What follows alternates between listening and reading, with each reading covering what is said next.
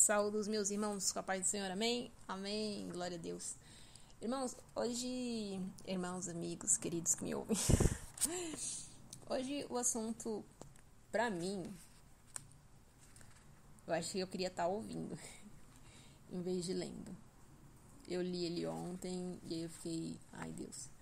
Mas eu vou compartilhar com vocês, quem sabe nessa segunda leitura, eu consiga... não sei, entender um pouco melhor. Se precisar, eu vou ler mais umas 3 vezes. Porque é um assunto bem delicado, né? Aqui vai tratar de Pedro. A gente vai falar sobre quando Pedro negou Jesus. Mas, como sempre, a gente vai trazer pra gente, né? A gente vai dar uma passeada na passagem e nos imaginar ali durante o acontecimento. E eu quero que vocês abram o coração. Se precisar, ouve de novo, tá? Eu vou o devocional de hoje eu vou disponibilizar. Eu vou escrever no YouTube, eu vou escrever lá, vou colocar na descrição lá desse áudio para vocês lerem como tá escrito. E caso vocês tenham uma interpretação diferente, comenta lá e me fala, porque eu achei pesado. Eu achei. Mas enfim, vamos lá que o tempo ruge, né? Como diriam os antigos. Tipo, meus pais. Vamos lá. Hoje o devocional se encontra em Marcos 14, a gente vai ler a partir do 66. Porém, a versão estendida está a partir do versículo 12. Então, se vocês quiserem ler inteiro, é muito bom. Mas o devocional vai só entre o 66 e o 72. Amém? Que diz assim: enquanto isso, lembrando que a mensagem é a Bíblia que a gente está lendo é a mensagem, tá? A versão dela. Então, você pode ler na sua versão também e é benção. Enquanto isso, Pedro estava no pátio, e aconteceu que uma das empregadas do sacerdote principal, vendo Pedro se aquecer ali, olhou para ele e disse: você estava com Jesus, o Nazareno. Mas ele negou: não sei do que você está falando. Quando ele passou pelo pórtico, um galo cantou. A moça apontava para ele e dizia aos que estavam por ali: ele é um deles, tenho certeza. E Pedro negou mais uma vez. Pouco depois, as pessoas ali começaram a insistir: você tem que ser um deles. Está na cara que você é galileu. Então, Pedro ficou muito nervoso e jurou: nunca vi esse homem de quem vocês estão falando. Na mesma hora, o galo cantou pela segunda vez. Lembrou-se Pedro do que Jesus dissera: antes que o galo cante 2 vezes, você me negará 3 vezes. Sem se conter, desabou a chorar. Eu acho muito pesado, meu Deus do céu. Mas vamos lá. Enquanto a gente escuta a passagem, alguma vez você já tentou se colocar no lugar de Pedro? Para visualizar melhor o que está acontecendo, vamos lembrar do que aconteceu. Pedro falou para Jesus que ele morreria por Jesus se fosse necessário. E Jesus falou para ele: não fala assim, porque eu digo para você que antes que o galo cante 2 vezes, você vai me negar 3 vezes. Ele: não, Senhor. E aí, realmente aconteceu o que Jesus tinha falado. Mas quantas vezes isso não acontece com a gente? Eu não falo nem tipo... comigo acontece de eu me propor a fazer algo pra Deus e quando eu tô tentando fazer algo pra Deus, meio que o foco desvia, e quando eu vejo, eu tô fazendo ao contrário do que eu falei que ia fazer. As nossas palavras muitas vezes tentam nos enganar. Quantas vezes você já foi pego naquilo que você prega? Gente, isso é muito, muito perigoso. Quando a gente vai pregar, quando a gente vai compartilhar um sermão com a igreja, ou num grupo de pessoas, ou quando você vai aconselhar, a gente tem que ter muito cuidado, porque as palavras que saem da nossa boca, muitas vezes, elas tentarão nos acusar. Mas, olhando para Pedro, cara, tipo, meu Deus, como Pedro se sentiu quando ele estava ali naquele pátio? O que aconteceu com as declarações dele, a devoção incondicional que ele tinha passado para Jesus neste capítulo? Tipo, por você eu até morro. Mas você não é um deles? Não, não sou. Como assim, gente? Que pensamentos invadiram a mente de Pedro, fazendo ele trocar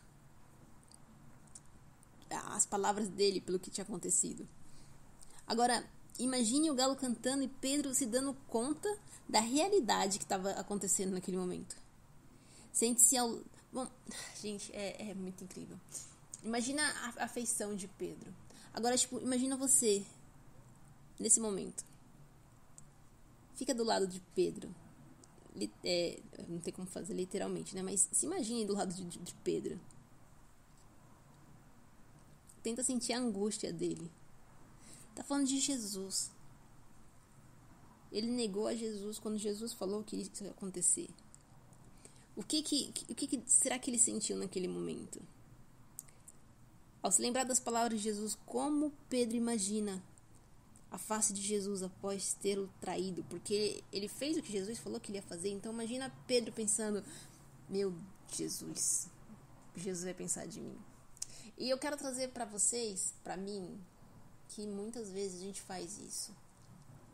A gente tem a melhor intenção do mundo e fala, Deus, por você eu abro mão de tudo, né? Abro mão dos meus planos, dos meus sonhos.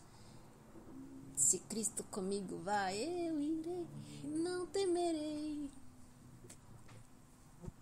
A gente é muito corajoso nas canções. A gente é muito corajoso no horário do culto. Nas ministrações falando dos 300, a gente, oh glória, Gideão, oh, eis-me aqui. Mas quando a gente fala do nosso dia a dia com Deus, muitas vezes a gente, como Pedro, acaba vacilando.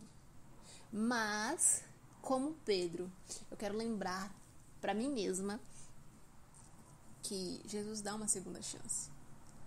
Quem era o Pedro de quando Jesus estava ainda aqui? E quem é esse mesmo Pedro depois da ressurreição? Pedro, em uma pregação, ganhou quantas almas?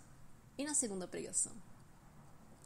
O que eu faço hoje tem que ser o meu melhor para Cristo.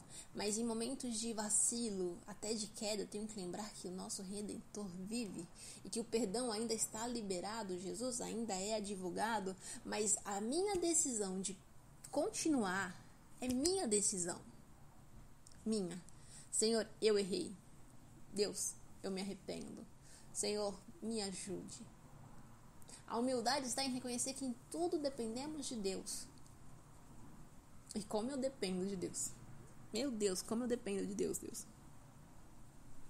Então, com esses argumentos na cabeça, vamos deixar a nossa meditação sobre o fracasso de Pedro fazer com que a gente pense no nosso próprio coração, na nossa própria vida.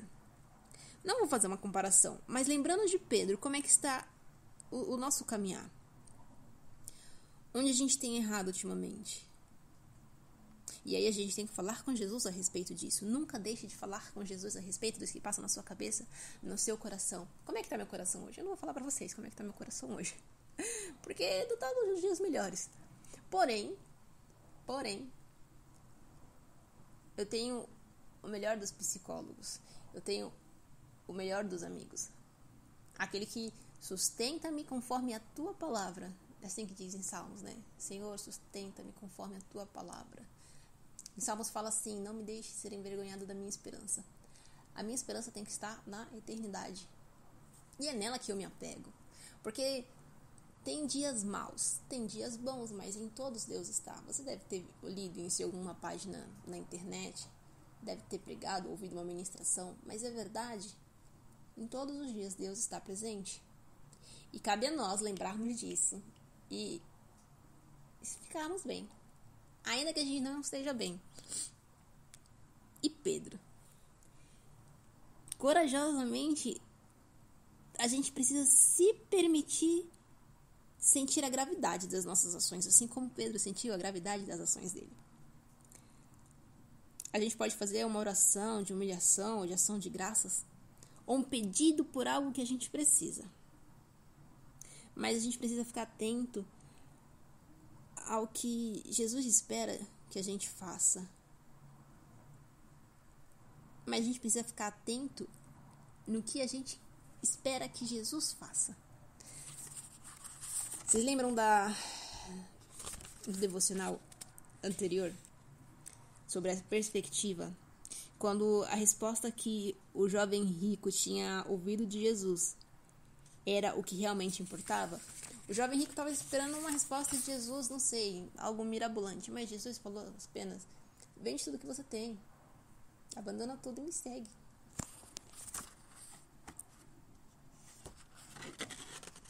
Eu errei.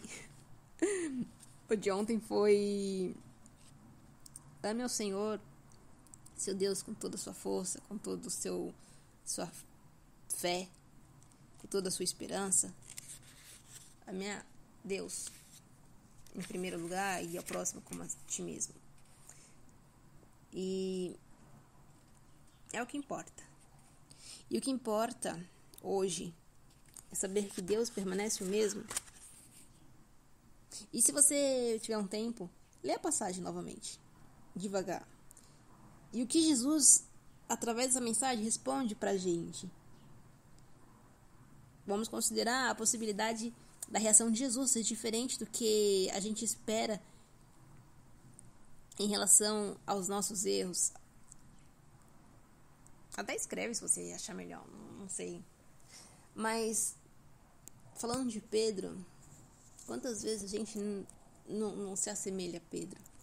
Lembra quando Pedro... A gente ainda vai ler sobre isso, mas...